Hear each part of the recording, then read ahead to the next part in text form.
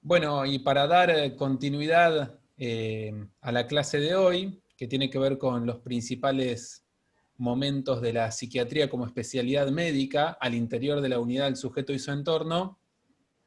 queríamos conversar un ratito sobre las implicancias que tiene para las prácticas y para las intervenciones en particular, un poco también pensando en las intervenciones de los futuros y futuras acompañantes terapéuticos. ¿Qué implicancias tiene pensar en las instituciones como el manicomio o en estas instituciones que están asociadas a esta psiquiatría clásica originaria? ¿A qué tipo de sujeto se dirige? ¿Qué subjetividad produce, si es que produce subjetividad? ¿O qué tipo de sujetos produce este tipo de práctica más asociada al encierro, ¿no? ¿Qué piensan ustedes?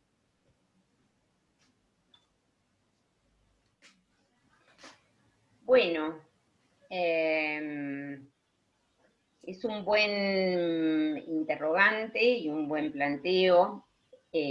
sobre todo para pensarlo desde la práctica del acompañamiento terapéutico,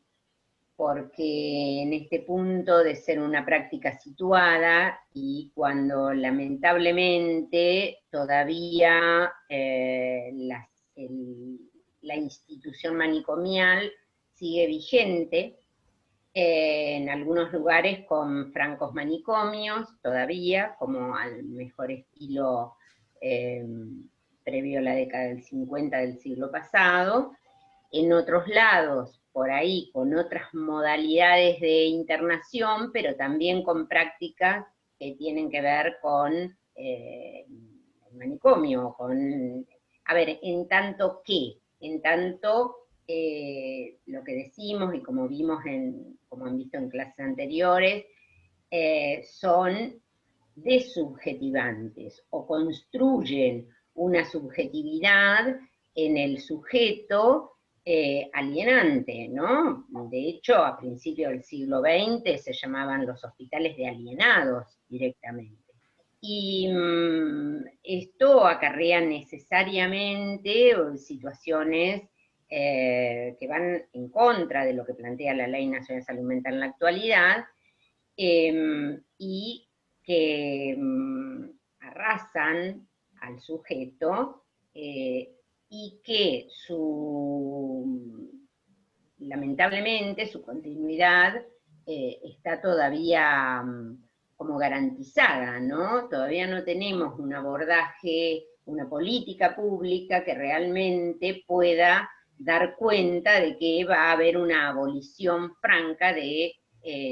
los manicomios como modo de intervención en la salud mental. Que no es en contra de la internación de un cuadro psicótico, de un padecimiento mental agudo, es la permanencia por razones que no tienen que ver con la problemática. Y esto nos trae como consecuencia, bueno, quienes hemos tenido ejercicio y práctica en estas instituciones, lo que significa después generar la desinstitucionalización, es decir, ese acople que le hace a cualquier sujeto una internación total, ¿no? Esa falta no de capacidad, sino de oportunidad para poder vivir una vida libre como cualquier persona y garantizándole sus derechos básicos. Bueno, la desinstitucionalización implica un trabajo, y acá apunto a lo que es el trabajo del acompañamiento terapéutico, puntualmente, en ubicarse en una práctica que subjetivice en el marco de lo que sería un proyecto terapéutico de externación, en este caso de desinstitucionalización. Experiencias de esta tenemos bastantes, acá en Bahía Blanca inclusive, década del 90, fines del 90, principio del 2000, trabajamos puntualmente con acompañantes terapéuticos contratados desde el hospital, que nos permitió, con un equipo interdisciplinario, trabajar en lo que fue la externación de personas con padecimiento mental severo, que llevaban más de 8 o 9 años de internación, muchas de ellas. Sí, comparto que, digamos, todavía persiste esta idea del paciente como peligroso, como extraño. Eh, Me parece que también muchas veces se tiende a confundir la subjetividad con la singularidad, digamos, y esto es importante distinguirlo porque la subjetividad es eminentemente social, no es una construcción individual, donde además participa la individualidad, pero fundamentalmente, y por eso es tan importante el contexto institucional, donde se desarrolla esa subjetividad o se deja desplegar o se reprime o se aliena a un discurso dominante, ¿no? Me parece que actualmente, si bien estamos mejorando, persisten en el discurso social todavía muchas resabios de esa psiquiatría clásica que tenía un rol de control social, que además usaba muchas veces la terapéutica como método de castigo y de premio. eh, y, y lamentablemente en el marco social, también fuera del manicomio, se sigue teniendo esa idea de subjetivar al paciente con sufrimiento mental o a la persona con sufrimiento mental en ese lugar de locura, de enajenamiento, de enajenación o de alienación, ¿no? Por supuesto, los tiempos actuales hacen que muchas de esas cosas, yo siempre digo un poco en broma, pero si cuando yo era residente hubiéramos visto a la gente hablando sola por la calle, la hubiéramos internado, ¿no? Y hoy vemos que todo el mundo habla solo por la calle porque está con un auricular, con un micrófono, eh, pero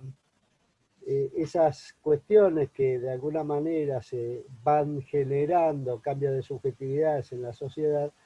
también nos tienen que obligar a generar un cambio de paradigmas en los tratamientos y en los abordajes del sufrimiento mental, ¿no?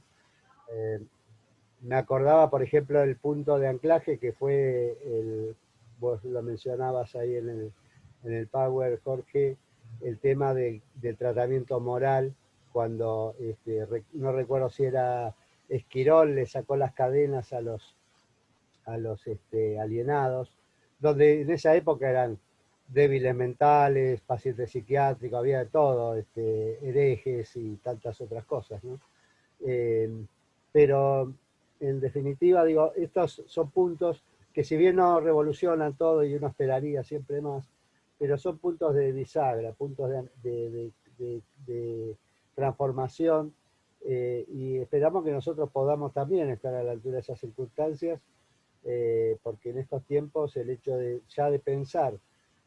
un abordaje distinto con acompañantes, una posibilidad que el paciente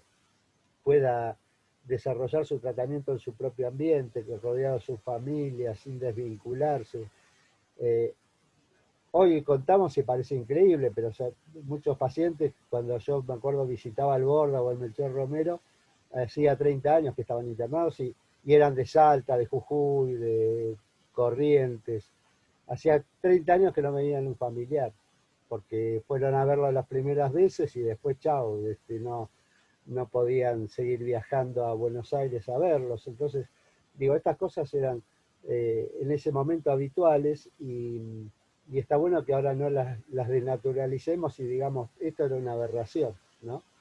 Pero también la conformación de subjetividades distintas en las personas con sufrimiento mental dependerá en gran medida de la conformación de una subjetividad distinta en el campo social, en el entorno que va a adoptar a esas personas como parte de sus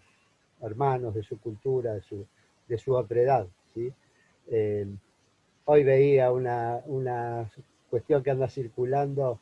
de, de un pedido de una mujer árabe que está presa y que fue torturada, fue castigadas físicamente, abusadas sexualmente, por pelear por el derecho de la mujer a manejar en Arabia, ¿sí? Un país que tiene mucho marketing, porque obviamente tiene mucha plata para vendernos a Occidente como un país de avanzada, pero que todavía persisten esas cuestiones donde mujeres que quizá lo único que quieren es ir a la escuela, o son presas o van a un psiquiátrico posiblemente porque son consideradas alienadas quizá por el marco cultural en el que se desarrollan, ¿sí? Y esto pasaba y sigue pasando a veces todavía con adultos mayores que enseguida se los demencia, entre comillas, porque tienen bienes importantes y hay familias que quieren quedarse con ellos, porque no puede ser que vivan como viven, como si el hecho de vivir de una manera austera fuera un rasgo de locura en esta sociedad capitalista, ¿no? Sí. Pero bueno, me parece que son elementos que nos permiten pensar que la subjetividad la construimos juntos y que la singularidad de cada paciente o de cada persona, más que de cada paciente, merece un respeto y por suerte el enfoque de derecho va en esa dirección, ¿no? Sí, pensaba retomando esto que decías vos y que decía Marcela del lugar del acompañamiento terapéutico. Marcela mencionaba la experiencia de estas primeras movidas de los pacientes del manicomio a los hogares, acá en el Servicio de Salud Mental con este programa PREA en el que ella supo trabajar y algunos de nosotros tuvimos la suerte de estar. Qué importancia la de este acompañamiento como intervención profesional clara, que tenía que ver con acompañar en el armado de un entorno que había sido suprimido por el manicomio y por la internación, y también pensándolo en relación a la unidad del sujeto y su entorno, ¿no? Cómo acompañar a un sujeto en un momento donde no había entorno, donde había sido arrasado ese entorno y había que salir con los sujetos a crear uno nuevo. Lo mismo en esta experiencia que vos contabas de la gente que terminaba internada en lugares y por ahí vivía en la otra punta del país, ¿no? Que había sido privado de ese entorno y que el manicomio o esta experiencia psiquiátrica clásica lo que hacía era precisamente desvincular de ese espacio y de ese lugar en el que en definitiva se produce la subjetivación, ¿no? Que bien vos lo decías, Sergio, ¿no? No puede haber proceso de subjetivación o creación de un sujeto si si a uno le es privado ese entorno que son la familia, la sociedad, el barrio, los amigos, etcétera, con los cuales uno construye la subjetividad, ¿no? Entonces, si uno se ve privado de esas cosas, lo que queda al interior del intramuros, digamos, no es un sujeto, sino que puede ser un individuo, puede ser una persona, sigue habiendo persona allí, pero queda desprovista de esta subjetividad, ¿no? Qué fundamental la figura del acompañante en este sentido, como síntesis, ¿no? Puedo pensar en lo que ustedes también transmiten, propiciando y viéndoselas con el resto del equipo para el armado, la reconstrucción, la reinversión, podríamos dar otros sinónimos, de ese otro espacio que es el entorno, ¿no? Que también, como decía Marcela, gracias a Dios contamos con una ley que también propone, ¿no? Que las internaciones y las movidas de los pacientes o de los usuarios por fuera del ámbito comunitario solo pueden hacerse si se encuentra justificado que ese traslado o que esa movida del paciente, bueno, realmente reporta mayores beneficios, ¿no? Para él. Que esto nunca sucede, ¿no? Porque nunca hay mayor beneficio por fuera de la propia comunidad. Pero bueno, está claramente establecido en la ley, ¿no? Que tiene que estar muy justificado y muy establecido las razones para el traslado de un sujeto por fuera de su entorno familiar, de su entorno propio, digamos, ¿no? Así que, bueno, un poco tomado como síntesis de la experiencia de lo que ustedes transmitían. Y No sé si querías decir algo más, Sergio, perdón. también, para ahí dejarme agregar algo, Jorge, Sí, sí. que me parece importante esto de la transformación de la subjetividad de los que trabajamos en el campo de la salud Tal mental, cual. ¿no? Porque yo recuerdo también como Marcela que íbamos al PREA cuando recién empezaba como dispositivo y era una idea muy, muy digamos, a lo ensayo-error, digamos, tenemos que hacer algo distinto, no sabemos qué, pero esto que hacemos no funciona y lo hacíamos y había todo un trabajo institucional para que se entienda la necesidad también desde el punto de vista de la conveniencia administrativa y económica y política incluso de este tipo de dispositivos, pero evidentemente veníamos formateados con un esquema de psicoterapia individual Claro. y de abordaje intrapsíquico, y lo social siempre quedaba como de costadito. Digo, importante también el proceso de subjetivación distinta que se da en los equipos de salud con este tipo de elementos como por ejemplo la ley, que habilita un pensar distinto y un elaborar teoría y elaborar marcos teóricos que nos permitan mejorar estas condiciones, porque si no, digamos, pareciera que esto surge ya armadito y listo, pero todas las experiencias, Basaglia, Uri, todos los que podemos nombrar como teóricos, sabían que esto estaba mal, pero bueno, tuvieron que ir haciéndolo sobre la marcha también, ¿no? Tuvieron que ir produciendo teoría para poder avalar una práctica que evidentemente, y esto es producción de subjetividad también, en los que trabajamos en el campo. Es como un marco de invenciones colectivas, ¿no? Uno va inventando cuestiones a medida que va transitando, pero bueno, es como decía Jorge, y bueno, vos ahora también lo decís,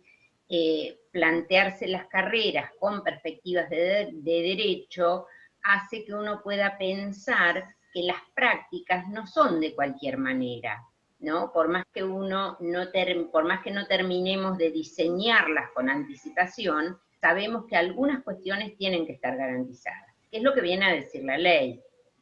También desde la ley se trabajó en su momento en lo que fueron las formaciones de los profesionales, ¿no? Que quedó bastante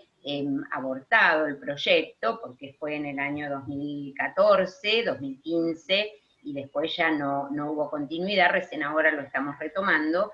pero también viajamos de todas las universidades nacionales y públicas y privadas para estudiar la ley de salud mental, para que yo llegara a las universidades desde la perspectiva de derecho, un poco pensando en garantizar esto que planteaba Sergio, que es cambiar las subjetividades, ¿no? O lo que decía Jorge, la experiencia que fuimos teniendo acá puntualmente desde el PENA, que no fue única, que fue en toda la provincia de Buenos Aires, y que, bueno, en la medida en que sigan transitando esta carrera, van a seguir analizando, esperemos, algunos de los elementos, o problematizando qué pasaba antes, por qué antes iban los grandes manicomios, estaban en Capital Federal, o en La Plata, o por qué la política pública de salud mental era nacional, entonces todos derivábamos, si teníamos una persona con padecimiento mental, lo derivabas, te lo sacabas de encima. Esta mirada del enfermo mental como peligrosidad, bueno, es algo que todavía lo estamos luchando, trabajando, porque no es un paradigma que de un día para otro se modifica. Todos, como dice Sergio, como plantea Jorge, tenemos una construcción subjetiva nosotros también, que hay que deconstruirla para poder pensar otro tipo de prácticas, ¿no? Y pensaba también, saliéndonos del campo de la salud mental, por ejemplo, los nuevos paradigmas con respecto a la discapacidad,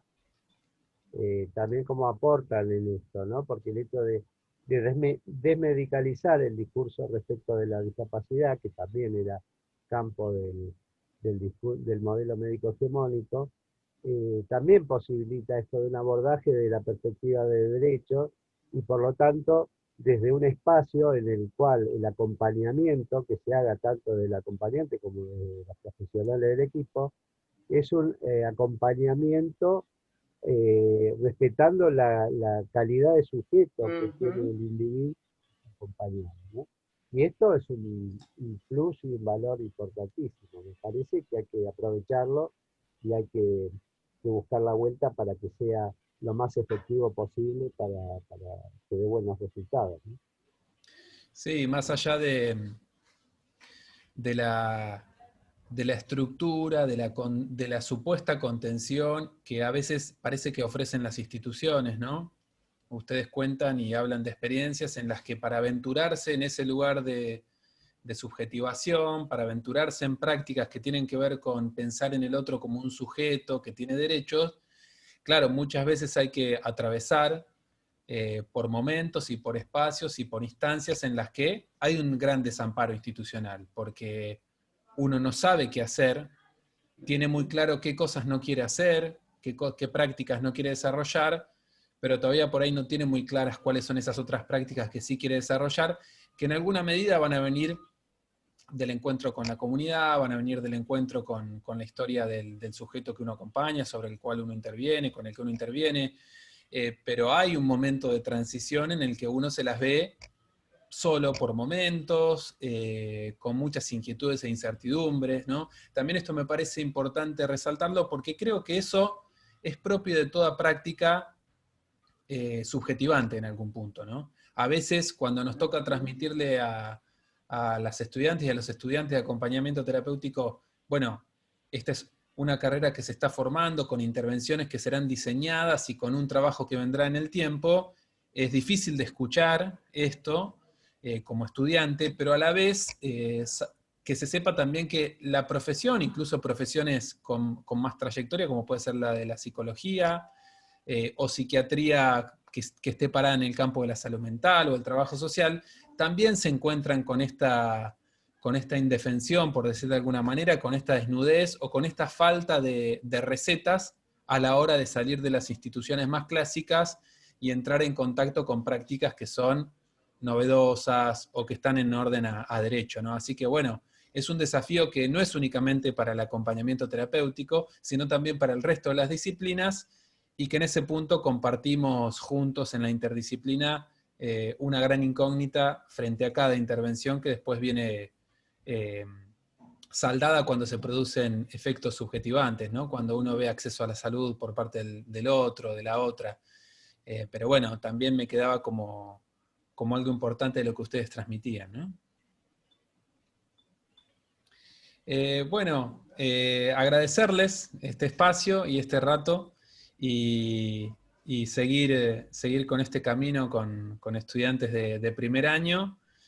y bueno, quedar a disposición también para próximos seminarios. Muchas gracias y estamos en contacto y en camino. Gracias, Sergio y Marcela. Gracias. Buen diálogo, gracias.